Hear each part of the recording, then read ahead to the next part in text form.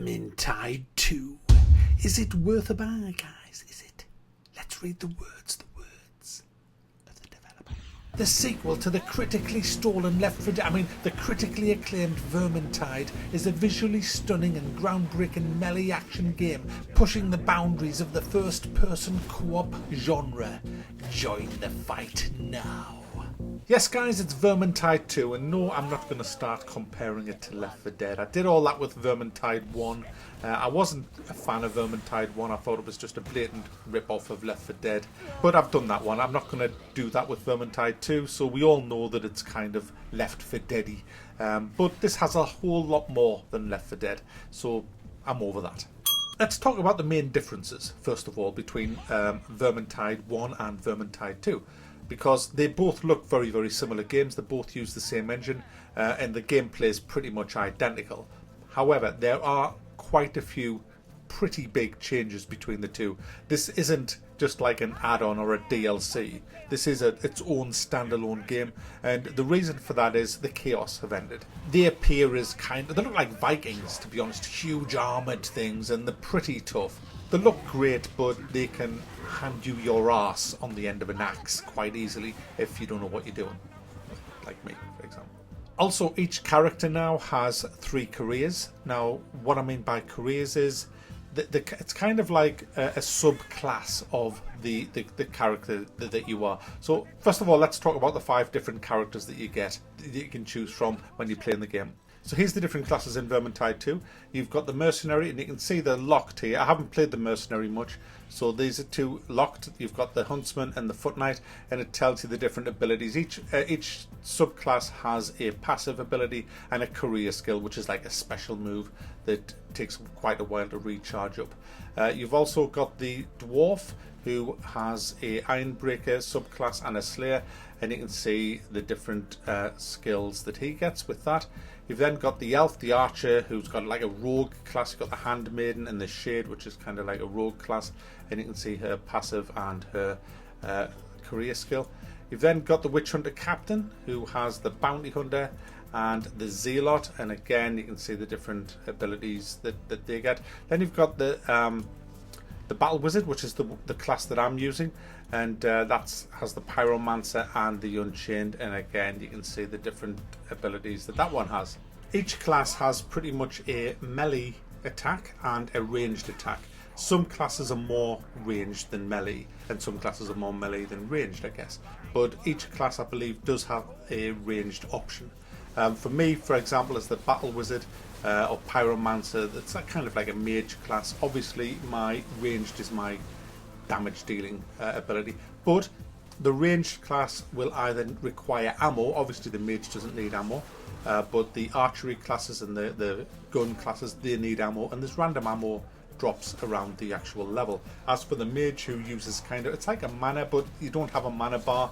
What it is, you just overheat, and after about 10 or 15 seconds of firing your fireballs, you will overheat, and if you continue to fire when you overheat, you will die. So you have to be careful, and you've got to let that cool down. There are things that you can get, there is gear things that you can get that will affect the cooldown and things like that as you level up.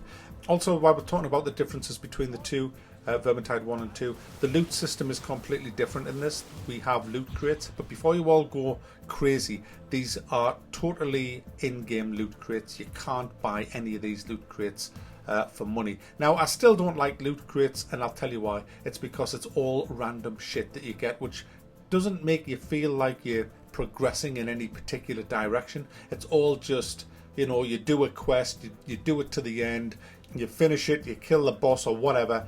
You're then given a random loot crate. Now, you can affect how good that loot crate is by what you do in the game. For example, there's grimoires, there's books and that you can collect in the game, and the more of these that you collect, the better the loot crate. Obviously, the higher the difficulty that you play the game on, and I'll come to that in a minute, the better the loot crates that you get. The better the loot crates, the better the loot.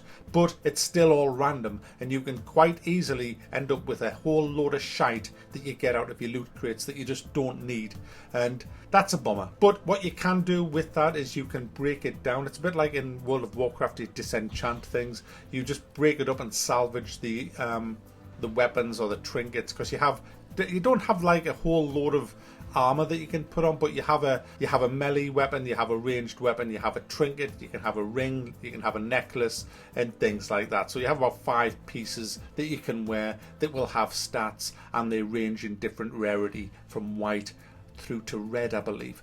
And obviously the ones you don't need, you break up and you get salvage, you get enchanting dust with that, and you can use that to make your other weapons better. So you can change the rarity of a weapon, you can change the stats of a weapon, and things like that. So there is a lot you can do with the little things that you do have. So there is a bit of progression that you have complete control over yourself, but the main actual progression for loot you have 0 control over. It's total RNG with the chests, and I hate that. I would just like to be able to head in a specific path, to be honest, and you can't do that. So there is a grind here, and you will have to keep doing some of the missions over and over again.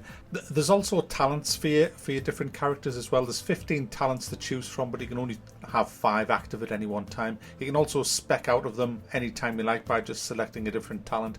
Some of them are really good talents, but I found some of them pretty shit, to be honest. They just give you a very, very slight buff in a certain area, like reload times and things like that. But it is a good addition that wasn't in the first Vermintide. And you unlock your talents at level 5, 10, 15, 20 and 25. Now, the missions I find fun. I think they look great as well. There's a lot more monsters in this, as I touched on in the beginning with the advent of chaos. But there's some big nasty new bosses as well, which can really decimate your team. And it's great fun fighting them all as well. There's a lot of new specials as well in this. I'm not going to show you them all because I don't want it to spoil it if you do buy the game. It's nice to kind of see a new monster and you think, what the hell's that? So, I'm not going to do any spoilers in that sense. You'll probably see a couple, but there's quite a few more that you're not going to see in this video. You have to work as a team. It is fully co-op this. You can't play single player and just have a private game and bots will fill up the other 3 places, or you can just play with a couple of your friends and bots will fill out. So basically you can play with bots or with the community. So far I've found the community to be great. I've joined a few random matches and had randoms on my team, and they've all been great. Even when we've had people that don't know what they're doing on the team, no one seems to be wankers, which is nice because that's rare these days. So I hope that continues. And anyway, if we ever had a complete twat on our team, we just kick them straight away because it's a game at the end of the day, and there's no excuse ever for being a bastard in games because you're just playing, you're just here to have fun. So bloody well have fun. Each mission lasts around 15 to 30 minutes depending on how much exploration you're going to do and how fast you're just flying through, and obviously the level of difficulty as well. And as you're going around the missions, you will take a lot of damage, so you're going to need healing. You've got various potions around there that you can pick up to heal yourself. There's full health kits where you can heal each other with. There are different potions to help your strength, to help your speed, and to help recharge your main career move, because that works on a big purple bar at the bottom of the screen. When you use it, the bar drains, and if you've got a purple potion, you can drink it and it'll recharge it fully. Now once you've gone through the game, I think there's 13 missions in the game. Once you've done all them missions, well, even you don't have to wait till you've done all them missions, but what you can do for end game, if you like, there are 4 difficulty levels on this, which pretty much are brutal. I mean, it's hard enough on recruit when you first go into the game, but once you get your power level up, power level is basically the damage your guy does. Each loot item that you get has a power rating, and obviously it stacks all the power ratings together and gives you a grand total, and that is pretty much the damage your character will do. Now when you're playing on recruit level, it's all capped at 100. When you're playing on veteran, it's capped at 200, and so on and so forth as you go through the difficulty levels. That's to stop people who are really, really high level coming into recruit and just one-shotting everything. It is good this because it allows you to play with your mates, and if your mates have kind of leveled up 10 or 20 levels higher than you, it brings them to your level pretty much when you're playing on recruit, which is nice. Also, as well as the 13 levels in the game, you have these Deeds of Valor.